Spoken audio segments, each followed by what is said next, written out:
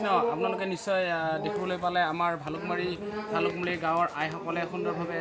নাম প্ৰসংগ কৰিলে নিশ্চয় আপোনালোকে চাই নিশ্চয় আনন্দিত হৈছে আৰু প্ৰভু চৰণত নিশ্চয় আপোনালোকে আমাৰ যি নামতি দলটিক আশীৰ্বাদ কৰিছে যে আগন্তুক দিনত আকৌ ইয়াতকৈও ভাল যাতে নাম প্ৰদৰ্শন কৰিব পাৰক বুলি এইখিনিয়ে কৈ মোৰ আজি আমাৰ দ্বিবাৰ্ষিক অধিৱেশনৰ অপেনিঙৰ প্ৰথম দিহা নাম আপোনালোকৰ আগত ধন্যবাদ।